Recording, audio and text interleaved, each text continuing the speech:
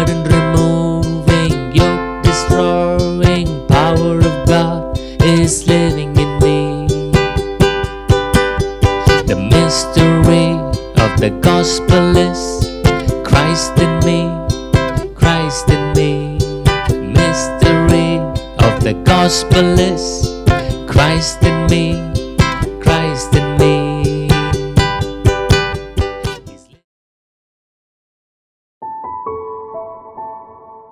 Where 2 and 3 are gathered in my name, I am there. So when 2 or 3 are gathered in His name, when we are gathered in His name, He is there.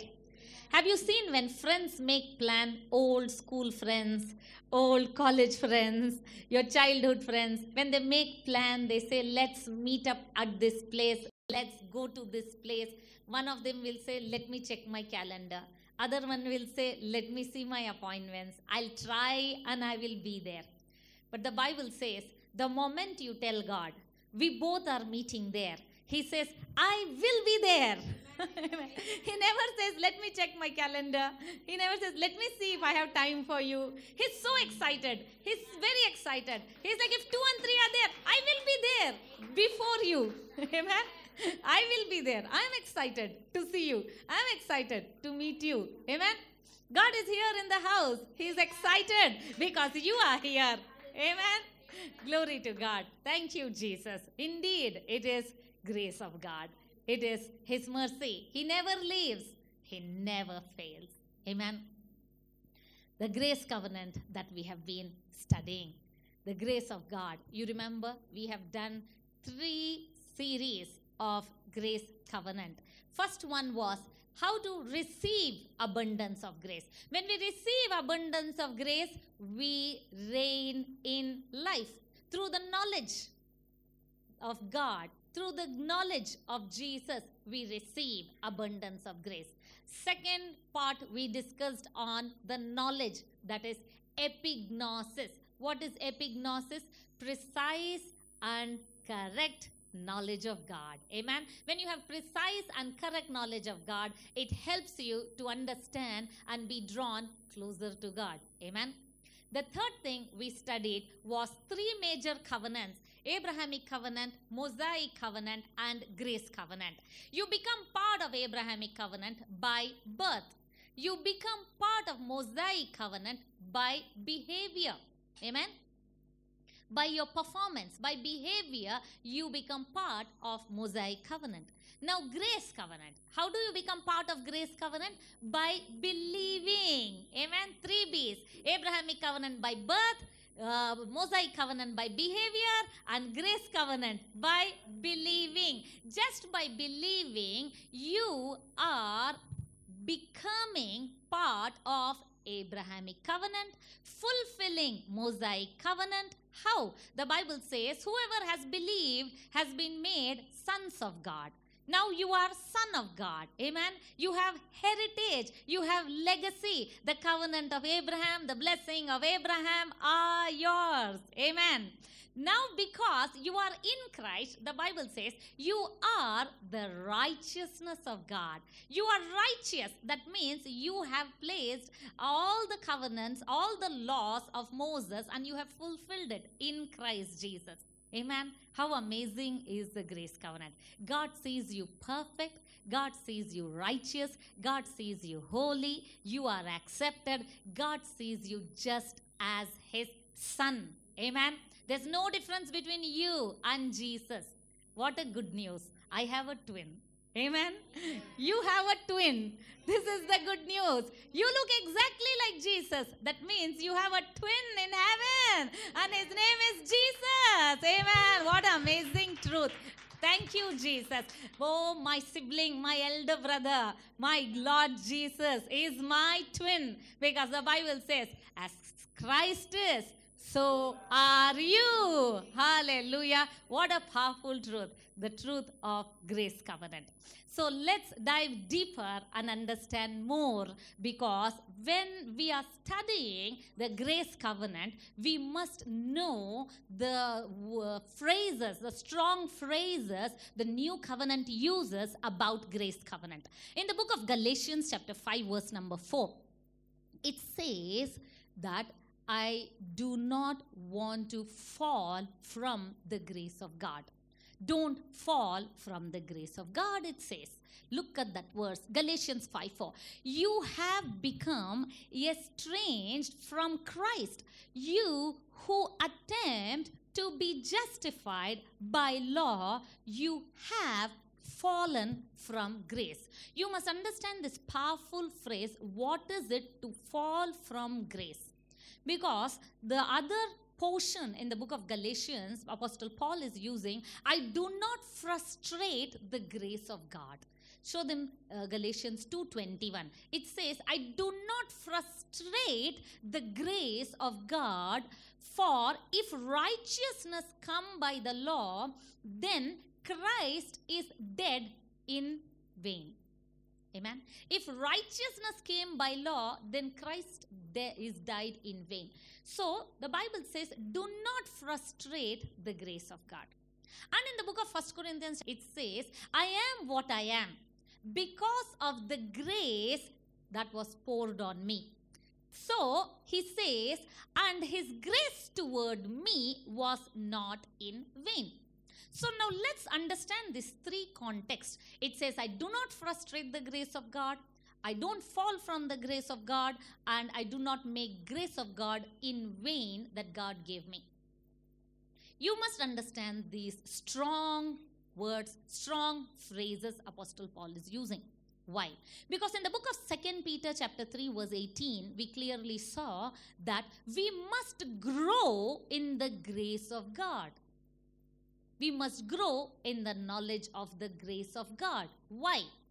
Because if you don't grow in the grace of God, you will not be able to receive abundance of grace. Romans 5:17 says, if you receive abundance of grace, then you will reign in life. Reign over sickness, reign over addiction, reign over poverty, reign over pain, reign over problems, reign over difficulty, reign over the fallen earth. You cannot reign over it if you don't receive abundance of grace. So to receive abundance of grace, you must understand what is grace. When you understand, only then you are able to grow in grace. We all have 100% grace in our spirit. Jesus is in our spirit. Holy Spirit is in us. The Bible says Jesus is full of grace and full of truth. And where is Jesus? In you. Where is it? In your spirit. In your spirit, you are full of grace. Now, when the Bible says grow in the grace of God, it's talking about your mind. You have to grow in the knowledge, in the revelation, in the grace of God. To grow, I want you to understand what these words are meaning. Don't fall from grace. Don't frustrate the grace. Don't make God's grace in vain. Very powerful truth. If you understand this message, what I'm explaining you today, when you go out of the church, when you log out of the online, your prayer style, your worship, your request before God, your relationship with God will be changed forever for good. Amen? Yes. By the end of the message, your relationship with God, the way you approach God will be changed forever. Give me your undivided attention and understand what it means to be fallen from grace. Amen? When it says you're fallen from grace, does that mean you lied today and you're fallen from grace? You smoked, you have fallen from grace. You have drank, you have fallen from grace. You were jealous, you have fallen from grace. What is the meaning of fallen from grace? Does that mean you committing a sin has made you to go away from God, has made God take away His Holy Spirit, take away His Jesus, which He gave us? What is the meaning? That's what many of them think when it says fallen from grace. People think, I have lied, so I have fallen from grace.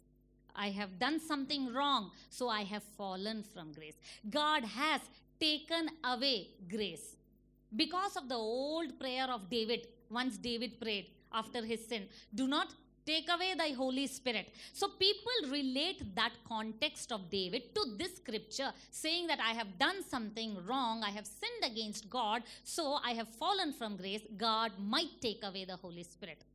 Please get the understanding. God in the new covenant is never ever going to take Holy Spirit from you. Holy Spirit is in you. You are sealed forever. What a powerful truth. What amazing grace it is. Never God is going to take away the Holy Spirit. Because in the book of Romans chapter 4, it says, happy is the man to whom the Lord does not impute sin. Oh, what a lovely scripture. It says, blessed is the man to whom the Lord shall not impute sin. The Lord is not counting your sin against you. The sin is done away on the cross of Calvary. Your wrongdoings, whatever you do, is not going to make God love you less. And you doing some extra ministry, extra thing, does not make God love you more.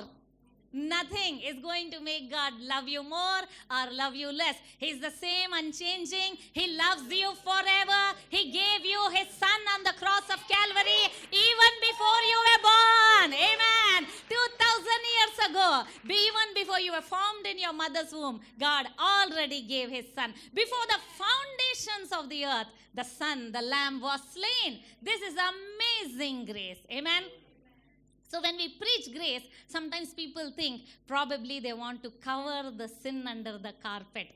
Probably the church is living in sin. The pastor is living in sin. No.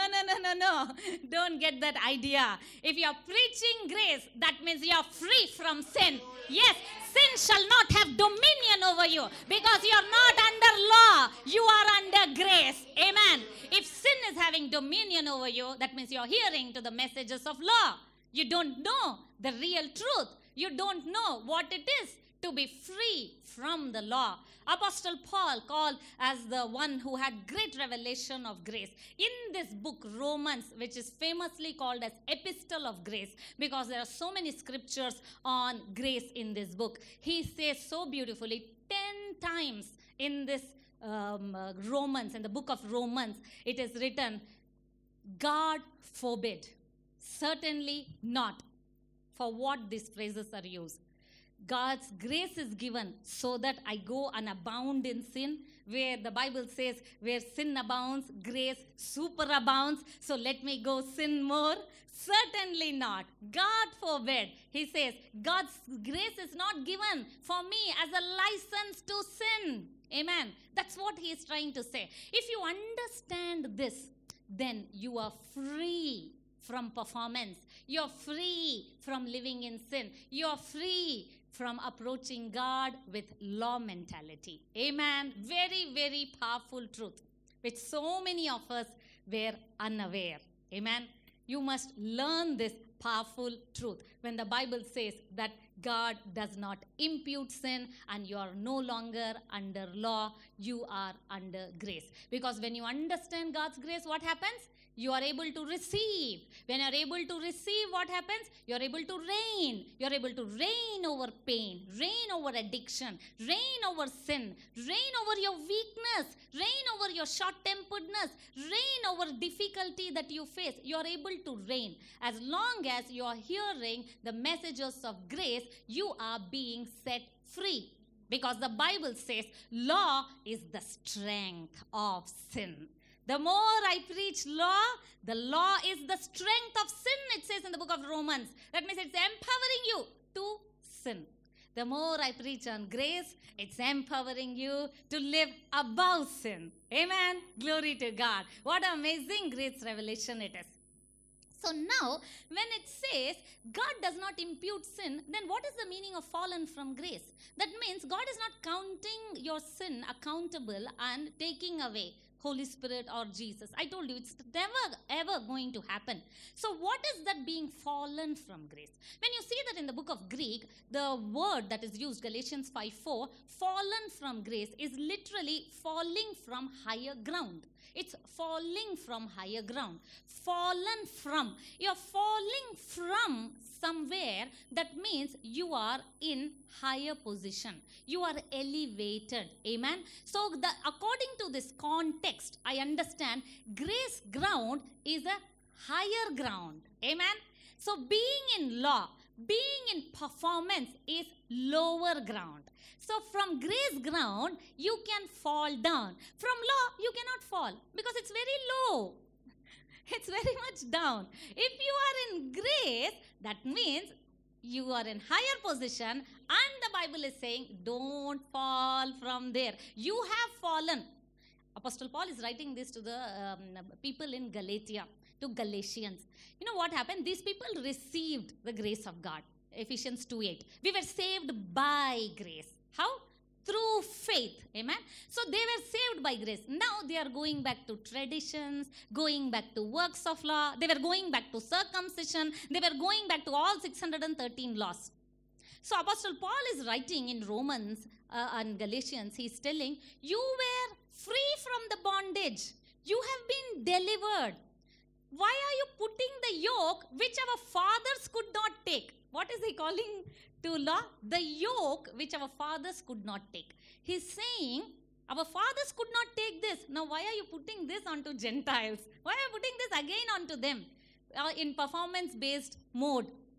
He's saying, you were delivered. How can you be delivered from something good? If the Bible says you were delivered from law, that means it was not something good. The Bible says law is good. What does the meaning when it says you were delivered from law?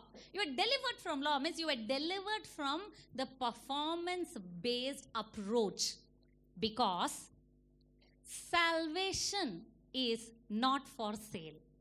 Amen. Salvation is not for sale. You cannot pay any price to receive salvation from God. Salvation is a free gift of God. Amen. It's not what you do or what you have done that will give you salvation. Salvation is what Jesus did on the cross. That is salvation. It is free gift of God. So when the Bible says salvation is free, it is not what I have done that brought salvation to me. It is what Jesus did that brought salvation to me. So you must understand that if I go back to doing things, if I go back to works, if I go back to the works of law, that means I have fallen from grace. So here, most of them get misunderstanding. They think, now pastor has told me I should not do works. So I don't do any work. I don't go to job. I resign from my work. I don't do household chores. I don't study. I do no work. Because I have been justified by grace. I do no works. I don't study for exams. By grace I am going to pass. Do you think it will work? Absolutely not. What is this fallen from grace means? The fallen from grace means going back to works. Now what is this works you are talking about? Romans 11:6. It says, if it were works, that means it was not by grace. If it were by grace, then it means it is not by works. Please read the scripture. I'll explain it to you afterwards. And if by grace, then it is no more of works. Otherwise, grace is no more grace. But if it be of works, then it is no more grace. Otherwise, work is no more work. Amazing scripture. So people misunderstand this and say, no more work. Henceforth, I am entering into his rest. I am entering into laziness. Absolutely not. We cannot mix up rest and laziness. Rest is not inactivity. Rest is activity in faith. Amen. Rest is not inactivity. So when it says no more work, what kind of work is this? What is this, pastor? The Bible is saying no more work. I am saved not by my works. So I don't have to live righteous. I don't have to live holy. You are holy. You are righteous. So now what is this? Let me give you more clarity. The same Bible which says no more works by grace, it says in the book of James chapter 2, when you study, it talks about works. James 2:26 says, faith without works is dead. Faith without action, without works is dead. That means there is works. Now how do I understand the works in Romans and the works in James? Let me give you clarity. From the Bible, I understand there are two types of works. One is works of law, the other one is works of faith. Show them that. In the book of Romans, when you see the chart, you understand two types of works. Romans 11:6 is the works of law, and James 2:6 is works of faith. Let's pause at this slide. Let's understand this deeper. You must understand this. Works of law. Why you must understand? Once you understand this, only then you will remain on the grace ground and you will not fall from grace. So don't fall from grace. He's talking to Galatians. It's written in New Covenant. It is possible very much us, the New Covenant church, can fall from grace. Fall from grace means not fall out of salvation. Absolutely not. Fall from grace. Do not frustrate the grace. That means nullifying the work of grace. Rejecting. The word frustrate, when you see in Greek, the meaning of that is refusing the grace of God. Saying, God, I don't want your help. I can do it. In my weakness, He is strength. Isn't it? What is my weakness? Inability to produce results. When I am incapable to produce results, I depend on Him. I receive His grace. His power is made perfect. His strength is made perfect in my weakness. In my weakness, when I say, God, I don't want your help. It's okay, I can do it on my own. That means you have frustrated the grace. You have refused the grace. You have rejected the grace. When you say, God, let me try. Let me do it myself. We don't say, that's what we think. That's our attitude. That's what we have been trained. You know why we have been trained to do works and works? It's been so tuned from our childhood. You do something good, you get appreciation from your parents. You got first rank, you got very good marks, you get chocolate from your teacher. You're so tuned to performance. You're so tuned to doing works and getting recognition and appreciation. Same thing happens when you go to work. Something called as performance appraisal. A bell curve. I want to be in the center, the top of the bell curve. Performance appraisal. Completely based on your performance.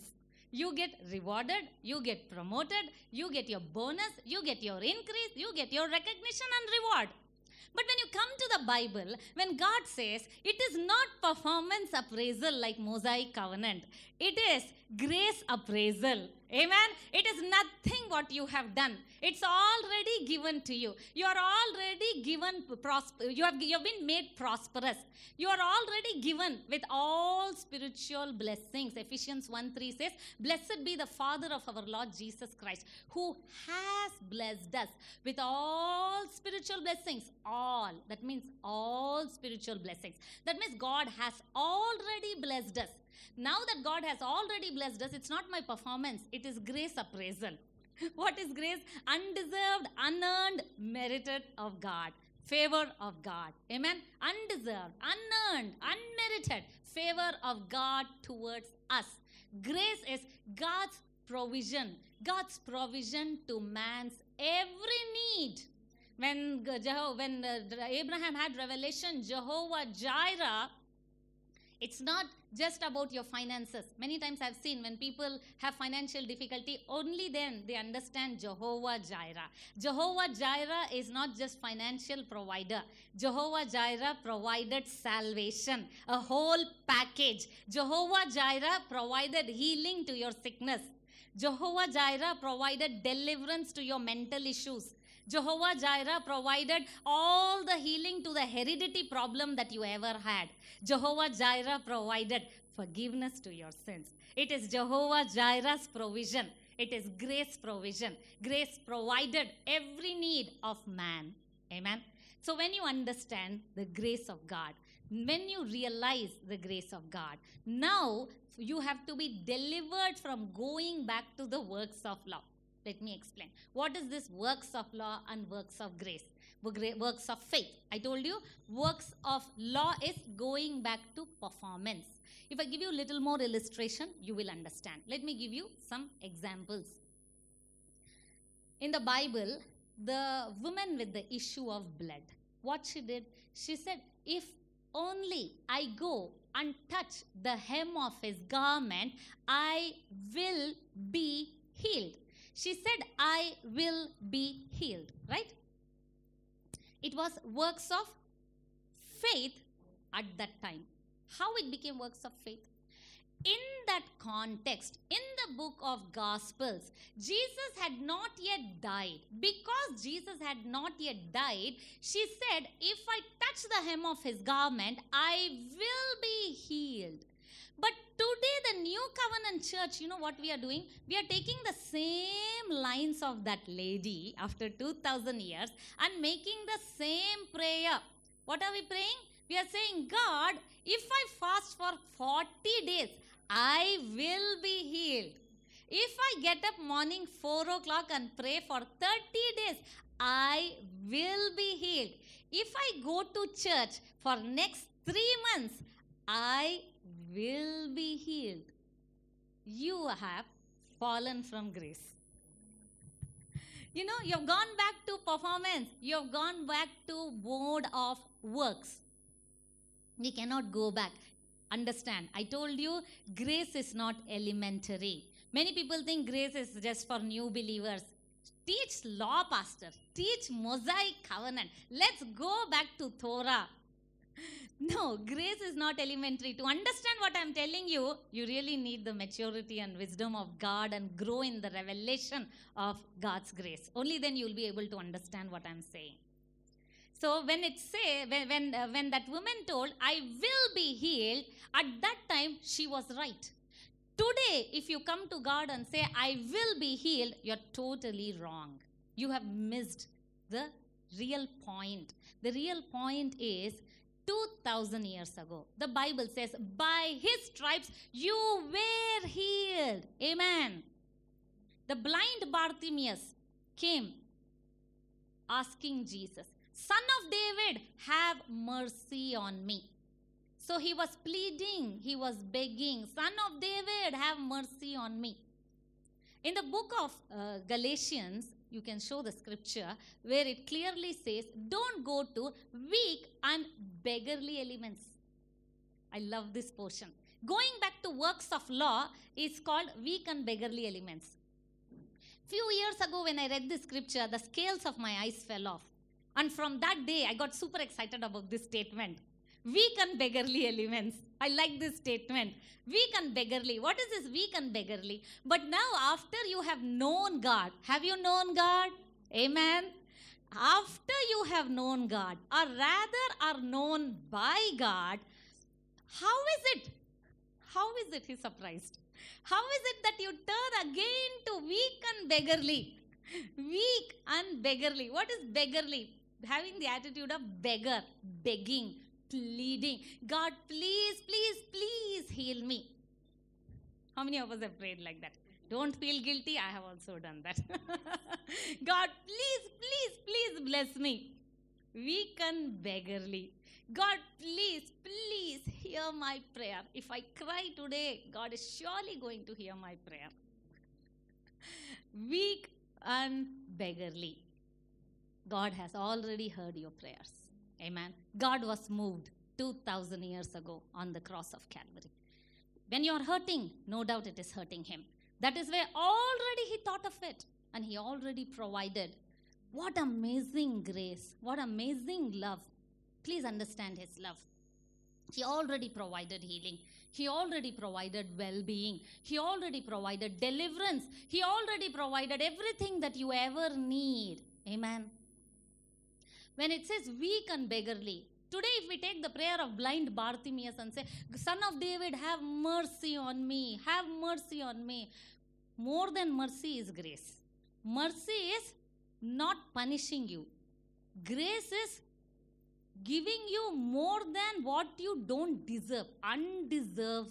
Undeserving favor. So God is not just merciful, He is graceful, He is gracious towards you. So we don't have to plead and beg. At that time, blind Bartimaeus was right because he had faith that Jesus will come, touch him, Jesus will heal him. There's a right faith that Jesus will heal him.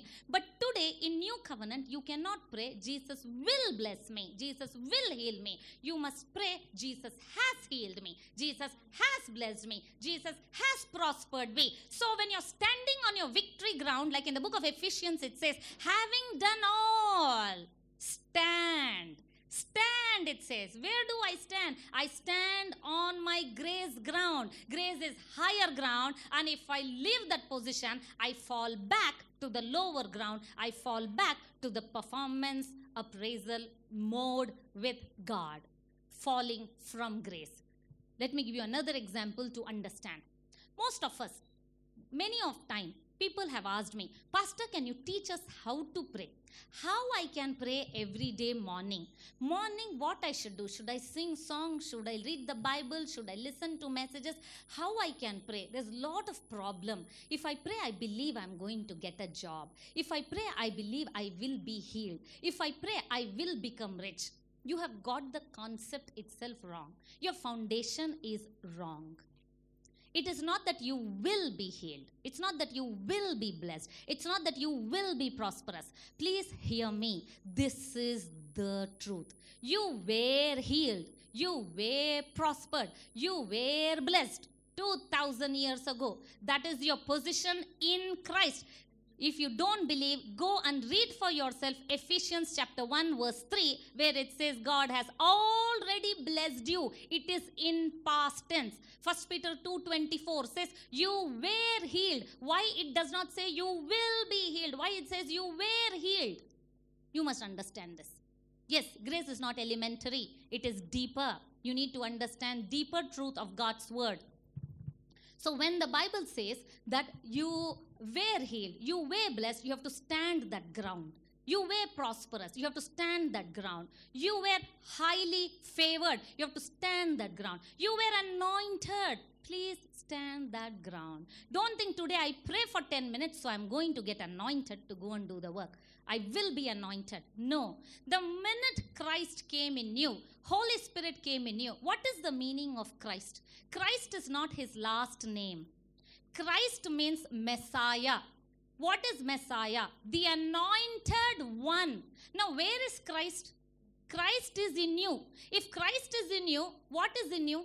The anointed one and his anointing is in you. It is not going to come and go. You might feel more, you might feel less, depending on your focus. So don't misunderstand that it's coming and going.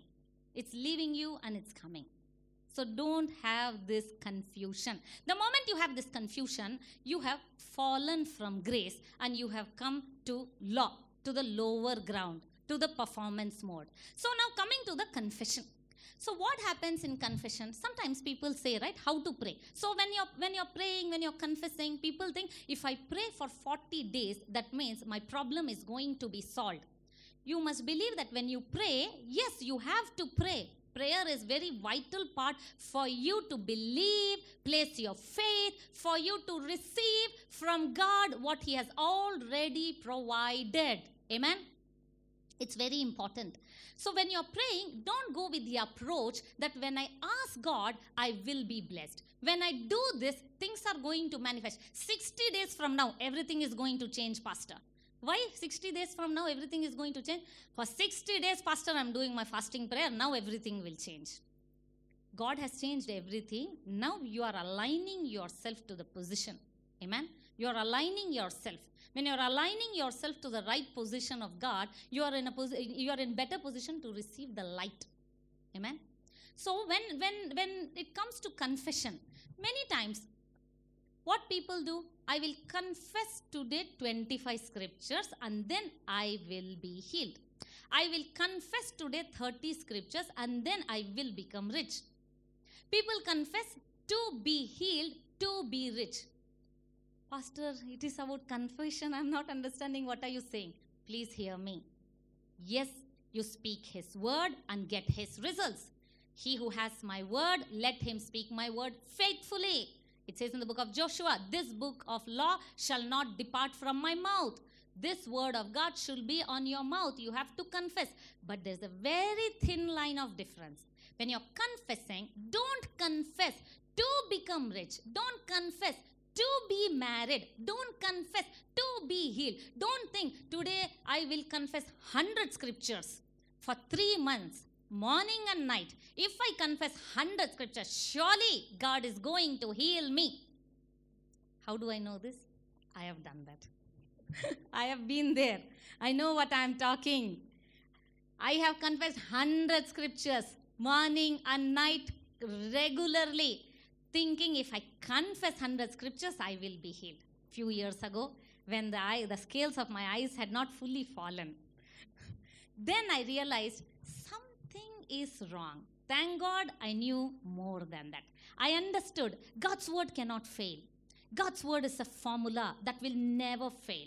If I have not received something, it's not because God's word failed, because somewhere I have applied wrong formula. My application was wrong. So then I understood that what is this? Holy Spirit revealed to me, what is this you're doing? You're confessing 100 scripture to be healed. First of all, get the revelation that you were already healed. I am already healed. So I confess scriptures. When I got this understanding, that's actually when I got healed. I got to know, yes, I am already healed. Wow, I am liberated. I don't have to struggle every day confessing. But I confess because it is joy to read scriptures. I confess because I love to recite his words. I confess because the Bible says, when I read scriptures, angels hearken unto the voice of the word of God. So I confess because there is power in his word. I confess not because by confessing now I'm twisting the arm of God to bless me. No, it's a wrong approach. No wonder we get the clarity now. 2 Corinthians chapter 4 verse 13, it says, we have believed, therefore we have spoken. First you have to believe, then you have to speak. If you're not believing and speaking, that means you're still in the works of law. Show that PPT, works of law. 2 works. You're still working. You're in the works of law. Okay, let me confess today. I have to confess to become rich. I confess to become rich. No, I confess because I am rich. I confess not to be healed. I confess because I am already healed. I confess not to be blessed. I confess because I am already blessed and highly favored and deeply loved by God. So when you have this revelation that it is already done, it is over, it is finished, then your approach to confession, your approach to prayer, your approach to fasting will entirely change from weak and beggarly elements to a higher position, standing on the ground of grace. Amen. What an amazing truth. What amazing revelation it is. You don't have to struggle to God. Oh, I have to let go of my addictions. Oh, if I come out of my addiction, then God is going to use me. If I come out of my addictions, then God is going to love me. If I come out of this wrongdoings, then God is going to prosper me. My dear friend, God loves you so much. Even before you were born, even before you come out of your weakness and addiction, God has already blessed you. You must hear this truth. Amen. Really say amen and say thank you, Jesus. What a powerful work, the finished work of the cross that God has done. Please understand this thin line of difference when you're confessing. Now you confess. You confess not to obtain something. Don't go to weak and beggarly elements. Don't go to again falling from grace and going back to the works. Don't go to works. Don't go to performance word. Don't go to attain something from God. I told you cannot attain anything from God. You have to only receive. You cannot attain. You only receive. Salvation is a grace gift from God. So now the way you pray is not to get something from God. Now your prayer is going to change. Now what you do? You listen to worship songs. You keep doing your chores, you go kneel down, you close your door, you are walking, you're running, you're worshiping God, not because you want to get something, because God has already given. Your heart is overflowing with thanks. Now I understand. Now I see what God has done. Christ is in me. Now I see that He has healed me. Now when you understand, you are worshiping with joyful praise. Is a final step of victory. Amen. Joyful praise comes out of you. Praise, a powerful weapon. Praise, antidote to pain. It comes automatically. You're not moved by what you see. You're not moved by what you feel. You're not moved by what you hear. You're moved by what is written. It is written that it is grace covenant, that you are on higher ground, that you are seated far above principalities and powers and darkness on the right hand side of the Father. That is your position. Don't come down from there. Amen. That is your position. Far above. Ephesians 1:21 says, far above all principalities and the power of darkness. Everything is under you. You are far above. That's your position. That's your right. You are just like the Son.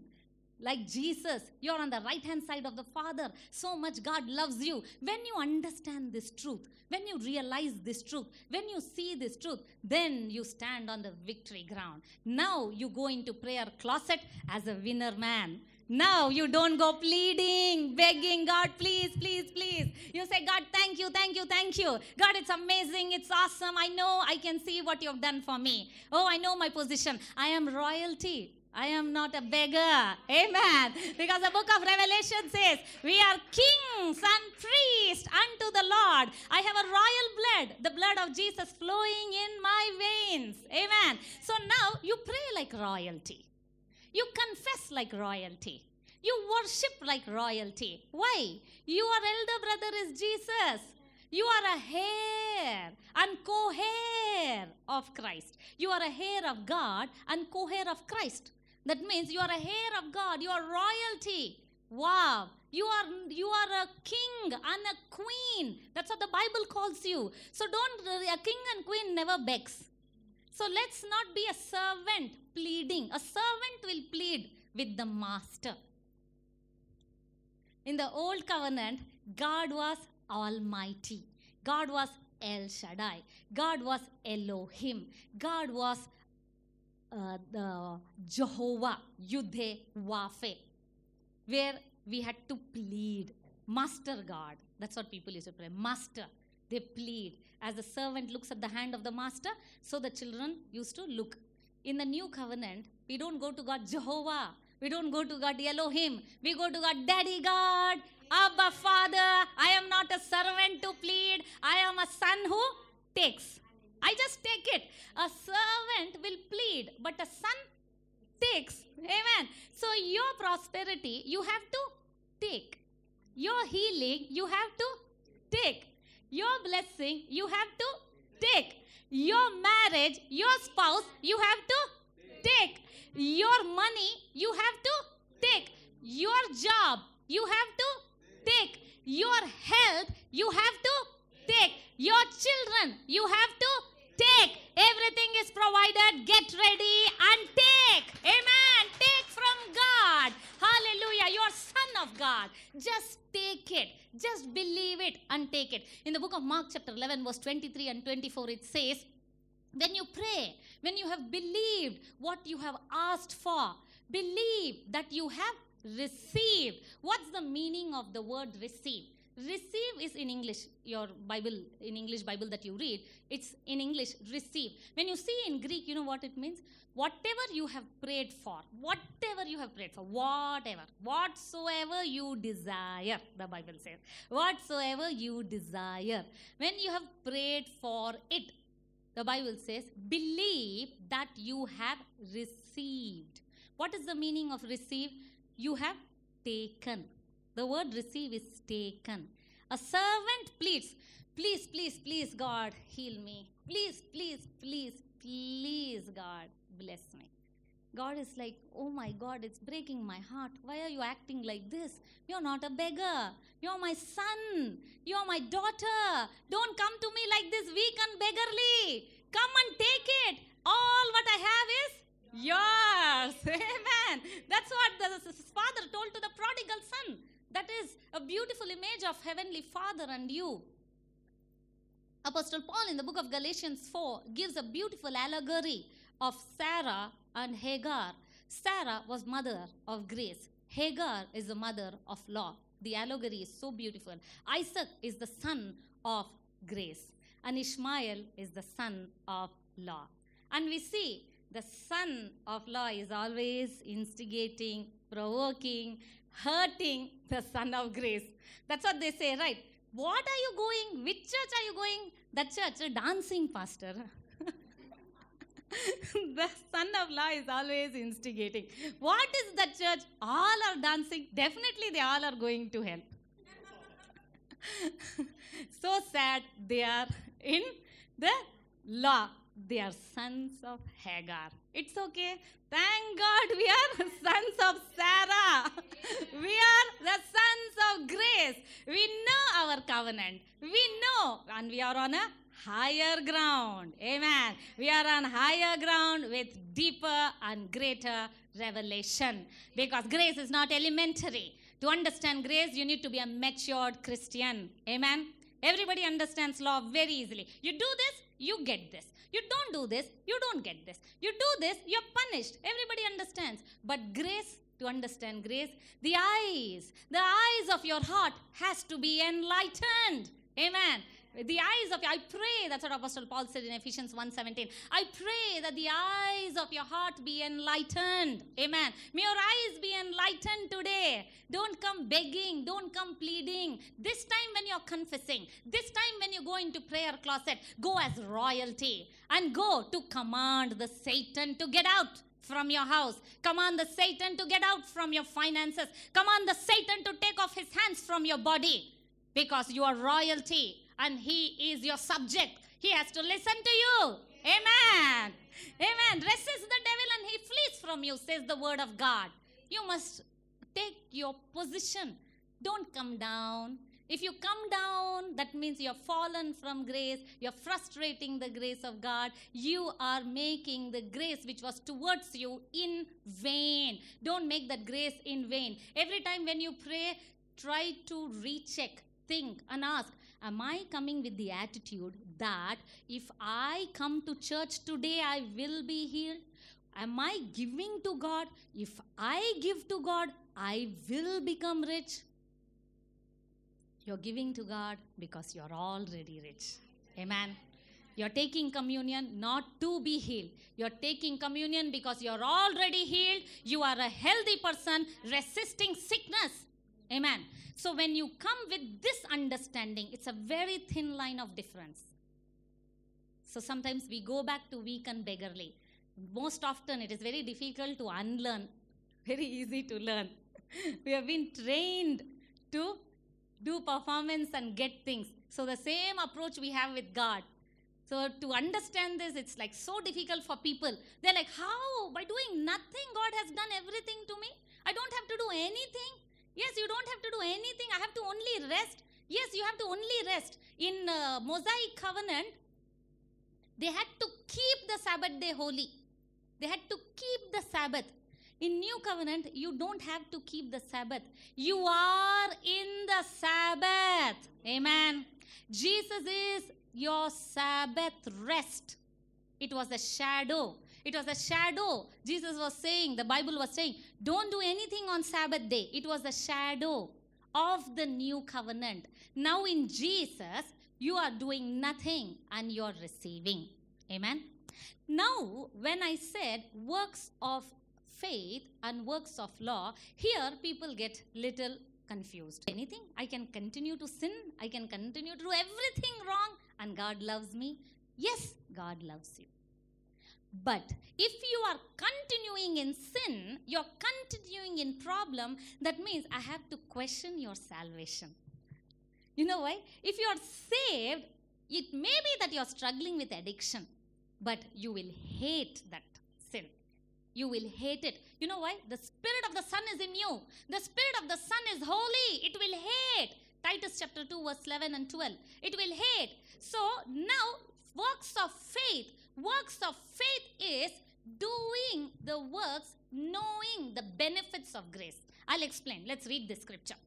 Titus 2:11 and 12. For the grace of God that brings salvation has appeared to all men, teaching us that denying ungodliness and worldly lust, we should live soberly, righteously, and godly in the present age. What the Bible says, the grace of God teaches us. What teaches you? The grace of God teaches you to deny ungodliness. If I teach law, it will teach you to deny ungodliness. The law is strength of sin. You will go out and continue to sin. People say you're saved by grace. Come. Don't sin. Don't touch the communion because you're unworthy. So you're focusing, oh my God, I am sinner. You're attracting sin. You're attracting problem. You're attracting sin because your focus is on the sin. And the law is empowering sin. And you are doing more sin. And you're coming to church and listening. Don't touch communion. And you are going out and doing more sin and struggling in this circle. I am here to tell you that you are set free. You have been delivered. You have translated from the kingdom of darkness into the kingdom of light. You touch the Holy Communion because it is not talking about unworthy man. It's talking about unworthy manner. You are unworthy man before you were saved. Today you are not a sinner. God does not call you sinner. God calls you righteous. So you have to call what God calls you, and as a righteous man, touch the communion. Receive the salvation, receive the healing, receive the blessing. So teaching of grace helps you to deny ungodliness. So if someone says, oh, grace of God is given me license to sin, that means he is not saved. He is elementary. He has not understood the grace of God. It does not give license to sin. It says it teaches me to deny ungodliness. I don't even have to focus on sin. I focus so much on the sun, I don't know when sin has left me. Amen. I focus so much that I am healed. My mind has believed finally, and I am finally perfectly in my body healed. I am focusing so much that I am rich. I don't know when poverty has left me. I don't have poverty mentality anymore. I am focusing so much that Jesus went to Garden of Gethsemane and made my mind free. I am set free. I don't know when I was delivered from the thoughts of negativity, fear and failure and past problems. What you focus is what will grow. Focus on the Son. Amen. Focus on Jesus. Be Jesus conscious, forgiveness conscious, grace conscious. Understand the works of faith. Amen. Now what is works of faith? Works of faith, I told you, is not that I don't do any work, I sit at home. Now it is by grace God is going to send ravens and send me food.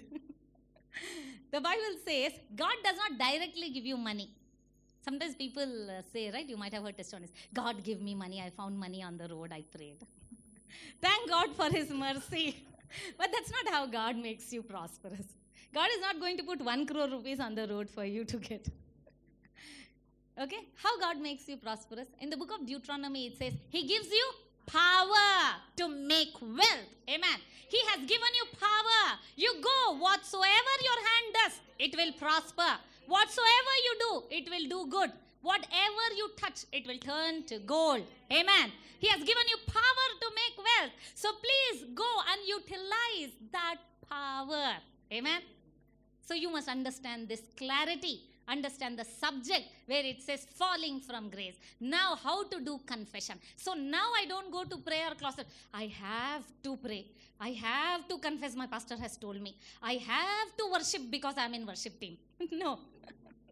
Now you go and say, God, I'm super excited to sing about you. I know my voice is enchanting to you. I'm super excited to talk to you. I enjoy your company because you love my company. I like to talk everything to you. I'm so happy what you have done to me. Thank you, Jesus. I confess that you have made me rich. You have blessed me. I am favored. You have put me on the heart of everyone to favor me. I am growing stronger. I am growing healthier. I am blessed to be a blessing. I am a victor, not a victim. I am not just a warrior. I am more than a conqueror. I go on to confess. Amen.